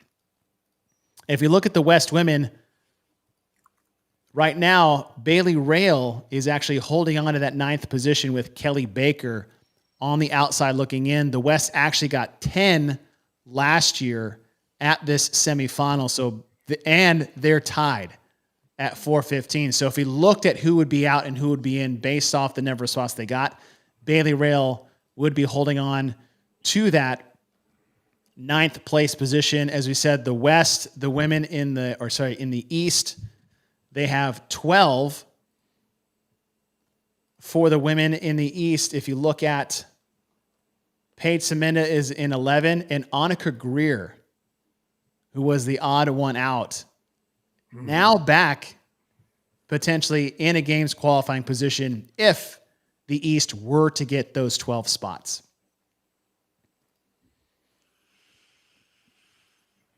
Shifting gears, it's all coming down to this. We've gone through 5 scoring weekends, 3 weeks of the Open, 2 quarterfinal submissions, 3rd and final one, 5th and final test, as we are determining who not only will be actually qualifying for semifinals out of quarterfinals, but what the top 100 is going to look like, as well as what game spots are going where. Test number 5 for the men, Pat Vellner. Guy Malheiros makes a surprise appearance in the competition, getting second in Luis Oscar Mora. We look at, on the women's side, Laura Horvath basically dominates everybody by 40 seconds in a sub 5-minute event. Emma Carey and Mal O'Brien just behind her. Overall, this is your quarterfinals overall. Justin Medeiros with 27 points, Pat Vellner and Dallin Pepper. These are your top 3 coming out of the quarterfinals only. Mal O'Brien dominates the field. Now, what was interesting here is I don't think people remember is that Laura Horvath actually beat Mal O'Brien in, I believe, 4 of the 5 events. Yeah. But it was that one event, I think it was event 1 with the handstand push-ups, that Laura did so poorly in is where this point discrepancy was. But if you just went event to event, Laura won 4 out of the 5.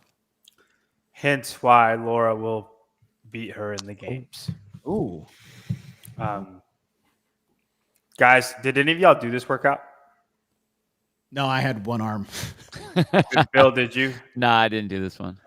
I cannot don't tell even bother you. asking me, John. I wasn't going to ask you. Thanks for not asking us. Yeah. I cannot tell you how much this workout effed me up. If anybody wants, this is one of the sneakiest workouts I have ever encountered. And I guess these people are just, fit enough. It's not sneaky. But I got to the last 9 rope climbs at like 5:30, and that workout took me 12 minutes. That's what it was. It was a rope climb event. Everyone raced to the rope climbs, and then it was like, okay. Yeah, I did Here 3. we go. I did 3 rope climbs, and I literally could not feel my hands. It felt like how Rich Froning in 2010. Rich Froning is. I'm like, and like the people at my gym were looking at me. They're like, "Bro, why aren't you climbing the rope?" And I'm like, I can't hold on to air. Like it was insane. So frustrating. That's funny. All right. Top performances in test 5 as we go into our final top 100 calculation with a twist at the end. From these top 100, we're taking their performance in the Open Worldwide matched with their performance in the quarterfinals worldwide into one scoring top 100. As your map again, we start only with 1 guaranteed spot. Everybody gets 1, and now we have 33 more games spots available. Here is your men after the 5th and final event of quarterfinals. And the Open North America East gains 1, Europe drop 1, West drops 1, South America, we were curious, could they get another spot? They gain 1, Africa loses 1, Asia bumps up 1, Oceania holding steady at 4. Only 4 in the top 100 after quarterfinals and the Open. This is your 100. 3 men in Europe fell out of the top 100 after the 5th event. That opened up the door for some Kylan Souza moving into the top 100. North America West and East as well. This is how close it was. Jake Douglas dropped out of the top 100. Zeke Grove got close. They were 16 spots away. Kike Servanet and Benjamin Gutierrez were getting close. So South America and Oceania, 4 for 4 in the top 100. As you see, Africa and Asia as well. And here are your final, not necessarily official yet, top 100 men after the Open and Quarterfinals. Europe has bumped up to 12. North America holding at 13. That's the East. The West stays at 9. South America keeps their earned spot at 2. Africa at 1. Asia at 1. But Oceania lost that third position after the 5th event of quarterfinals. What do you think, John? They lost one. What do you think? I think it's funny how it's kind of pretty similar to what it ended up being in the first place. I think that's pretty cool because it's a different way of going about it. I do think this way's better, but they're not far off, right? And like not being far off, but giving the right people like the right amount of spots to, like, for instance, Europe. I think is way, way better than not being far off and giving those spots to like an Asia or Africa. No offense to Asia and Africa. But and we'll touch on that at the very end of I think why that's important, even if they're not far off or even if they're the same. And I think that'll be a good closing argument for a system like this. Let's shift gears to the women after quarterfinals. European women gain 2. Take those, 1 from the East and 1 from the West. South America still has 3 in the top 100. Africa 1, Asia 2. Oceania still holding steady at 10. Your top 100 after the Open and quarterfinals. North America East, West, and East. You've got on the outside looking in, Marnie Sykes so close to bumping up to try to get 11 spots for the women as Andrea Solberg. And look at that, Europe, all jamming up in there. Chase, that was mean, man. What? You've been building up Marnie Sykes this whole dang show that she's going to creep in there, and knowing that she didn't make it. I feel like you said Marnie Sykes after every workout. Man, Oceania, hold out hope. Marnie Sykes is going to do it, and then down everyone. That's not what I meant. Maybe she would have tried a little harder if this was real. She had Chase on her back the whole time. Did it not feel like he was building her up this whole time? I didn't even think about that when I was doing it. But all right, here's your top 100 all the way down to 125, how close it was for South America, Asia, and Africa.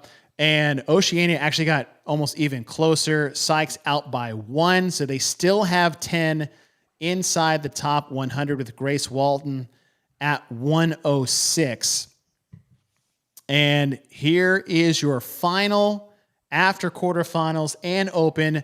North America West loses another. That means Bailey Rail and Kelly Baker, who were 9th and 10th at semifinals last year with the 10 qualifying spots, would miss out. In Europe for the women.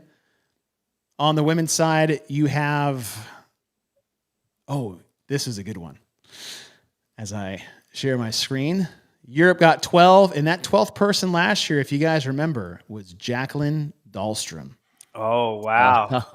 And the lane 8 controversy never sees the light of day. John. And she never joins HWPO. Everything changes, the whole landscape. Listen, guys, this is why Mike created this, because he's so mad about all the hours he put into lane 8. And this never happens if that comes about. Retribution. Yeah, Chase is like, man, Halpin, full circle. I don't understand why he's so keen to do this. And Halpin's like, lane 8. Retribution. Don't worry, it'll happen. Yeah. So there you go. So Jacqueline Dahlstrom gets that position that Europe got in here. As we said before, Oceania does claim one more than they were given officially last year, and that spot would actually go to Caitlin Van Zyl, who was 4th at 525. And then remember, Maddie Sturt, if we just got that extra, was a step behind. Just that She's one on the point. upswing now. On the upswing. It's interesting as well, though. Like if you so Grace Walton was in 6th, it's interesting that there could be somebody who's sitting outside the top 100 who goes to semifinals. And I love the idea that the other people would be like, "You fucking dick!" Like all you have, Right. Yeah, I guess if we're gonna go on the train of just running people over with buses, 106 Grace Walton, and then where's my girl? but Would you go? she went team. Oh yes, that's Yeah, like so a that very is important a piece good of point the to bring up going in puzzle. the next week. Angel, what a segue! I think. What a segue! Go ahead. Yeah, the segue. We should segue. I'm not gonna. So, all right. So here's the deal. That is not the end. That is just what the strength of field looks like more with how the game system does, because they use the strength of field after 2 years of competition in a worldwide ranking. Open place finishes, quarterfinals place finishes, semifinals, and CrossFit Games with a 2-year block of competition, adding those points together. But from the open to quarters, you get more points. From quarters to semis, and then games, you get more points. Here, we're looking at just open and quarters as the performance, but their strength of field, they never remove team athletes from the strength of field or age group athletes from the strength of field. And in my opinion, when you look at strength of field, you're telling me I want to see the strength of the field of the athletes who are on the competition floor competing against each other. So we had Mike take the extra step, and the preliminary finish of what we just had all team athletes in the top 100. We have now gone through and we are taking out all team athletes from the top 100, rescoring the top 100, and redoing the DeHaan method to see what at all would possibly change with the strength of field. And before we get there, these are the men athletes removed from competition on the top 100. You have 3 from Europe and 3 from North America East. And what does 3 mean, Chase? 3, yes, thanks you, Mike. And 3 being that number where you could potentially lose a qualifying spot. And here's the subtle change of your top 100. No change in Europe, even though those 3 dropped out. But from the East, now keep in mind, those people going out, new people are coming in when it comes to this on the top 100. North America East lost 2 spots. North America West gained 1. And Africa gained 1, taking out team athletes from the strength of field. And this is for the men, right? This is for the men. So this is your new top 100 after we take out 2 team athletes. South America, Kike Severnay was just 1 out. Europe, no change there, but you do have these East and West. And Keelan Henry sneaks up in there to get Africa at least 1 more athlete in the top 100. And here is the change. With team athletes removed, the East loses 1 spot and the West gains 1 spot. Now, if we look at what the real numbers were last year, if you look at the East, they had 12. They ended up with 12. But the West, who had 9, now they end up with 10. So what does that mean? We go to the North America West using the strength of field of the Open, and the only people competing live in competition, Mitchell Stevenson out of the West busts his stick of always missing by 1 place and Pops his cherry. Is that what you're looking for? Pops his game cherry. Now he's made it before. But he always seems to be that last man out, and he gets in if this system was in place in that 10th qualifying spot. So there is a change with this system, at least when it comes to the men. What's truly remarkable here is that for 2 weeks I have struggled to use a clock while talking. And Chase is managing to fill dead air while bringing up a leaderboard, click through multiple slides. All I'm thinking of is I can't even click go and stop. He's like a casino dealer right now, talking and slinging drinks and slinging cards all at the same time. Are you telling me when we take the team athletes and we put them in individual, that Marnie Sykes has a chance to be in the top 100 Uh-oh. at the end of this rodeo? I Is guess. that what you're telling me? I don't know. But let's also forget the one thing we didn't say was Oceania still gets 2. So they lose 1 spot based off what they had. And then Europe gets that extra spot. So there's no change there, but there's a change. And at the end of all of this, you do have a change for the men. Now let's go look towards the women. More athletes on the women's side are removed from this. You have, 8 that were in the top 100 prior to, as well as another 3 that would have been in the top 100 if they had stayed. A girl. Oh, yeah. Sorry. Marnie. He was, Failed. as Chris is pointing out in the comments, she was on Royce's team. Guys, this show has just turned me into a Marnie Sykes fan. That's the only thing I'm taking away This is from the it. most airtime she's had in That's true. any CrossFit. You know what? station. Hey, That go is follow Marnie. Marnie Sykes if you're watching this. Yeah, there okay? you go. Oh, Marnie is going out with Bailey Martin. Yeah, Okay. that's Look true. at that. Good for See? them. But okay, so here's I love actually that John is pointing that out because now we're talking about more athletes. How often do we hear we only talk about the favorites or we only talk about the best or we are talking about people that are in like the bottom 100 or that you would have never heard of otherwise. And we are telling you that these people actually play a major role in what happens in the CrossFit Games season. Isn't that what we want to do? 100%. 100%. All right, so here's what happened. North America East lost 3. West gained 1. No change in Europe. Asia still holding on to 2. South America gets 1. And Oceania gets the one that they didn't have after teams pull out. This is your top 100. Look at Grace China. Walton. She is. Look at that. She was at 106. Gracie Walton. Now she's Underdogs up to athlete. 96. Valentina Rangel out of South America moves up in the top 100. In Europe and Africa, look how close they got. Mariska Smith, just 4 spots out. And so what we want to look at is you were only 4 spots out. What could have changed in your performance in, say, the Open when it didn't matter to you that would have paid dividends 6 to 8 weeks down the road and maybe got your semifinal a whole nother games qualifying position? I'm not putting that on Mariska. I'm just saying on any athlete that is close to this cut line to get into the top 100. That's what we want to look at. That's what we want to talk about. And here it is. One more change. Oceania still gets 4. Asia, Africa 1. South America earned that spot, so they have 2. West goes back up 1. They were at 8. So that Bailey Rail gets that spot. Kelly back. Baker. Oh, and Kelly Baker was 10th.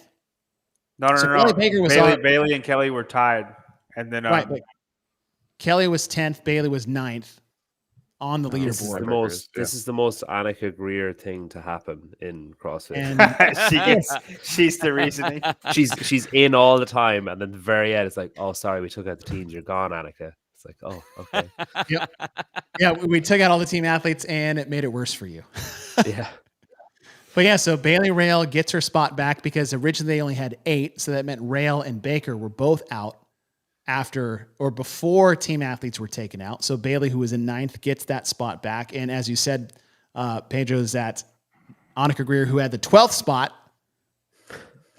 had it taken back. And just for an example of what they actually got is 1 in Africa, 2 in Asia. So they had lost 1. Everybody gets 1 to start. Europe at 11, East at 11, West at 10, Oceania at 3, South America at 2, and Europe got an extra 1, and that was Jacqueline Dahlstrom, who was 12th last year darn right in it the was. finals, and they only took 11. Oceania got 1, and the one they took from Asia to Europe and the West from Oceania. So Oceania taking it from the West. And now here's your fields of 40 for semifinals. based off your top 40 after quarterfinals. 12 games qualifying spots go to the East. Notable athletes left out because last year they had 60. Alex Vigneault, who qualified 57th, would not have qualified for the North America East semifinal. For the North America West. For the North America East, this is for the women, 11 spots. No notable names were left out as far as games athletes. Not necessarily you're not a notable human being. This is we're going through games athletes. You heard it from Chase. You don't matter. Yeah. I'm just steamrolling everybody now. North America West, 10 spots for the men. These are your top 40. Again, 20 basically wouldn't have qualified in this new format, only taking 40. In the North America West, 9 qualifying spots. Bethany Flores would not have made the top 40 based off her finish, which was 52nd out of quarterfinals. She had ended up qualifying 15th at the CrossFit Games that year. Europe also losing 20 spots. They're only taking 40 this year. Yelahosta for the men, 12 qualifying spots. And think about that. Dude gets 10th, should have been rookie at the games. And, And listen, this next year, it's going to be really hard for him. He's going to be on the cut line of making semifinals again. He's a very, Brent Fikowski had struggles like this too. And Yellowhost is not as good as Brent Fikowski. I wonder though when the bar is moved, if you'll just move to the bar. Like when it's like when the line is moved. Was he just that close to not making it because he was? Well, that's the retrospect argument, right? Yeah. I mean, 44 and 60 are pretty close to each other. Like that's not comfortable. Yeah. Well, yeah, and I guess we can look at who was right on that cut line for the men in that top 40. Go to the women's side. They'll also get 12 spots based off this. Rebecca Vidison, who had qualified for the games out of the European region last year, 25th at the games, 55th after quarterfinals. So all things considered would not have made the top 40. Asia got their 1 qualifying spots, and they have 10 new athletes in the field for their semifinals for the men. I'm not going to say these names because we'll just start sweating. I think you should try. And then wait. Can we just go down in the line? You get the name that you pick on. So Bill gets the first one, and Peter will get the 5th one. And I feel like John, you have to say number 1. You want me to say number 1? Yeah. Oh, I was talking about the green guys. Oh, okay, you don't want to say. John Young. I'm the best Asian woman in CrossFit. Y'all don't know this? I'm just trying to get you canceled because I feel like if you said it like there, it'd be like you trying to use an Asian accent to say your name. John Young. Okay, there we go. All right, well. I think it's a shame this show is never going to happen just off the basis of the last 5 seconds. All right. Nahyan Kim, Siwon Hung, Mei Hazan, Shai Zhu Hung, Haibin Zhou, Nina Huna, Jamie Ng. Look at you, bro. Jin Wei, Liran Jin. These could all be wrong. Now, listen, I need Sevon to do the exact same thing. That would be the best. I'm actually kind of surprised how that went because, oddly enough, their names are way easier to say to me than any European name. Yeah, you did great. Those were good, dude. All right, let's get out of here before. Let's get out of here. All right, 10 more athletes. Here you go. You can say these ones too. These ones. We got the South American women. Did I skip the men? No, I did not skip the men. Hold on. Is Macarena Vlasanovic? There's no way that's Spanish. How did you find that so quickly? That's a Russian name right what there. About Living in South America. Schneider. That's a German if I've ever seen one. Yeah, I was gonna say, are we talking about that Argentina contingency, that lineage there? Are we gonna? Oh gosh, Chase, I mean, we're 2 hours into this. Yeah, no, I didn't say What are you doing? I didn't say that. I just said German heritage. That's all. Yeah. Know your history. All right, moving on. South American men taking 2 qualifying spots. Andron Primo actually makes it back to semifinals. And if you guys don't know old regional days is Andran Primo was one of the better heralded dudes in that regional for a long time. So cool to see him make it back up there in the top 40 if they are going to take 40. Oceania women with the 4 games qualifying spots, they're also getting 10 more. And I don't think anyone's really talked about that as much as these other semifinals, is that Oceania is getting 10 more spots to semifinals than they did the year before. I didn't think about that. And for the men out of Oceania, only 2 qualifying spots in this format. As we come towards the end with Africa getting 10 more spots, 1 games qualifying spots for both the men and the women. And that brings us to the end. And as we look at this now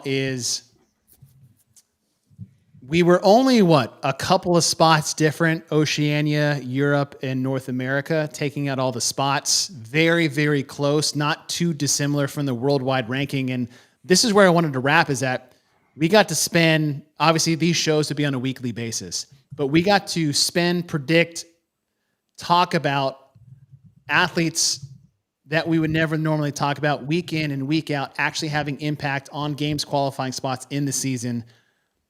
We were close enough that I don't see a major issue with this format for one, right? It doesn't shake up the entire world. It does have some small changes. So when you look at this, the question I'll put to you guys, and John, I'll have you go first, is that if it's this close,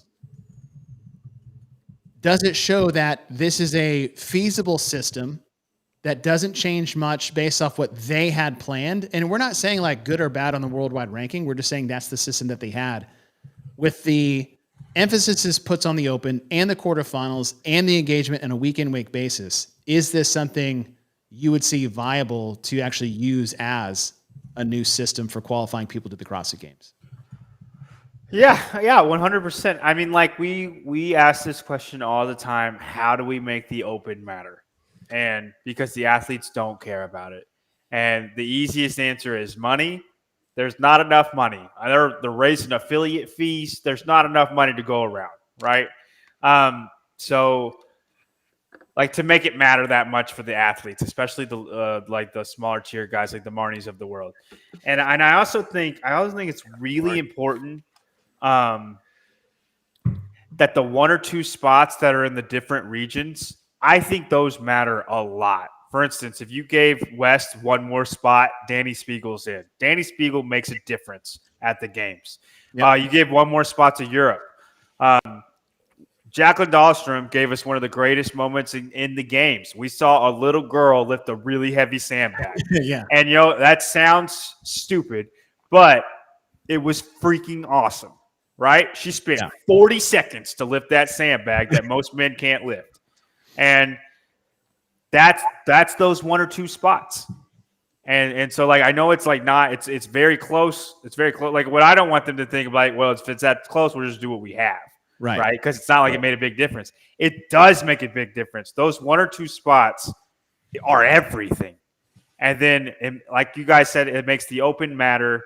You can update it week by week. So that's talking points, right? Everybody loves that. Like, it makes the whole little season matter, especially those on the brink athletes, the ones trying to crack the top 100. Well, and I love that point you just made, just to go back to, so this is the women's final DeHunt allocation. If you look at Oceania, that 4th spot's going to Caitlin Van Zyl. You can't tell me that she had the potential to do something at the CrossFit Games last year. This spot that, Bailey Rail got back, okay. Annika Greer losing out here. But as you said, that Jacqueline Dahlstrom that you get in Europe, like, these are athletes that can and have made an impact in competition before. They're not just like arbitrary, but this random person made it because of that. Like, there's names that are and aren't making these things. And I love what I'm not biased about this. I love this comment, but my dad just said a comment on here. Earning spots is way better than allocating spots. 100%. And there we go. that like hits when you say it like that. I just like covering up Pedro's face with the comments. It's, I think that is. I think the numbers are close because we're taking the performances and the feelings of how it was last year, and so that's why we don't have a big swing. I think if all of a sudden all the athletes where the Open mattered and the quarterfinals mattered, I think that there would be a little bit more of a difference. Maybe not a huge and they difference. know it's on the line because Exactly. Mike made up is like, look, you 4 athletes in South America by name, if you get into the top 100 in this next event, going into the last event of quarterfinals, you can get your entire semifinal an extra spot to the CrossFit Games. Like, knowing that information, we talk about making something matter, right? But as you said, it's like, would you rather it all come down to the final event, or you'd have done more during 3 weeks in the Open prior to quarterfinals? Right. And you think about it, those people, they'll know who they are. Can you imagine the gyms? Like, say your gym, you're in South America. You know how the freaking South America CrossFit Championship, whatever it's called, like they're crazy, the fans down there. Like if you get your gym and it's Anderson Primo, and he can make the difference. Right. Can you imagine everybody gearing behind that guy to absolutely send the last quarterfinals workout? And then, okay. On top of that, can you imagine knowing that information and getting someone local in Brazil, because I think that's where Primo's from, go to his gym with a little media crew, local crew that we can get in contact, like CrossFit can get in contact with, and just live stream it? 100%. Yeah. Well, you also And have like- to think of even redoing workouts. Like, I mean, that's always like a little bit of a touchy subject. John said he couldn't feel his hands after a little bit in that workout. But like, you have athletes that probably did this final workout on Friday or Saturday, but they're going to look at something like this and go, oh, wait, I could probably fix it by 10 seconds. I mean, that sounds probably like a lot, but if I just stop staring at the rope one last time and actually get up there, I could possibly jump up the leaderboard and make a difference. And like you said, put a focal point on that affiliate, like win something for this community in this region, where right now it's just sort of like, well, I did the workout on Friday. I'm fine where I am, and I'm going to make the semifinals, but I don't really need to go back and do this. If you're a top 100 athlete, and I'm talking like up towards the top, you're not a known athlete yet. You're a good athlete. I mean, you're a badass. You're up there. But if you were coming up to that last event and you and one other athlete or whatever needed to get into that top 100, and all of a sudden Jeff Adler and Pat Vellner show up at your gym to root you on to get you in so that your region can get 2 more athletes in there, you don't think that you're going to go a little bit faster? You get to hang. You're going to have the best of your. You could see them giving you tips. Hey, do it like this. I promise you, this way's faster. That's right. They need it's you right. Now. They're riding on your performance too. They are riding on your performance. You do. So all of those things, like whether the numbers are the same or not, one, earning spots is always more important. Just like what your dad said, John. Earning spots is always. I feel like they would like CrossFit more if that was the case, because they just like to lift. They don't actually like CrossFit. So totally true. But I think that's it's not that it hits in the heart. It is that, but it's just the right way to do it. This is a competition. It's like make the spots count. You have your inclusion. Everybody's there. Everyone gets their one spot. Now everyone has to earn the rest of the spots, and you have community engagement all the way through. You have, and not just because of the show, but because of who you're talking about each week. You're talking about athletes that would never, ever get the conversation, never, ever get any media attention on them at all, other than who's in their gym. Unless they're like, they do decent in an event at Wadapalooza or something like that, because they're able to kind of hang in like one event. But one of the good things, like one of the main things that people miss about that sanctional season was that there was consistently something to talk about. And you had that sort of like, that kind of football season thing where every week made a difference and there was a change and there was something happening. It's like an actual legitimate talking point. And you have actual legitimate talking points here that are coming on a weekly basis. And you can talk like retrospectively about the previous week and talk about what's currently happening and then talk about what could potentially happen next week. So you've got this whole different scope of talking points, media coverage, and this is the stuff that everybody is crying out for. Like, there's not enough this, there's not enough that. And like, yeah, they're talking about money and there's not enough to make stuff matter financially, maybe, like John said, but you have this perfect solution to two separate problems. And my only concern coming into this was, well, what's the manpower requirement? What's the time requirement? Is it actually feasible? But if, like, no disrespect to Mike, but if Mike can do this on his own, like, there's no small team excuse. Respect taken. There's no small team excuse. There's no budget. With excuse. all due There's respect. Yeah. With all due lack of respect, Mike. To what John's point made earlier was we talked about the women and bills he's making now. I just went back and look at South American men after the third and final quarterfinal submission. Guy is still somewhere out there in the bottom, outside. Crazy. And he won quarterfinals. But okay, so here's the next thing. South America got 2 spots even without him effectively like trying that hard to get in there. Mm-hmm. And where did Guy finish? If Guy went hard enough and 2 or 1 other, as you guys were saying earlier, and they get a third one, Guy's going to the CrossFit Games. Yeah. Mm-hmm. Yeah. Right? So that's what we're talking about here. And you can even see it, like, I'm just thinking here, like camps, like Mayhem, HWPO, like majority are in one region. Like Guy's mostly an exception there for him, but like Augustine Raquelme probably is right next to him. And the 2 of them at Mayhem could take everything else that Mayhem's telling them and say, hey, we can actually try here and do this better and figure this out. Same goes for like the program in Europe or like some of these other camps that they could actually get people together and say, hey, we have to go do really well for Europe here. Like we can fight another day with some of these other camps, but we got to figure this out.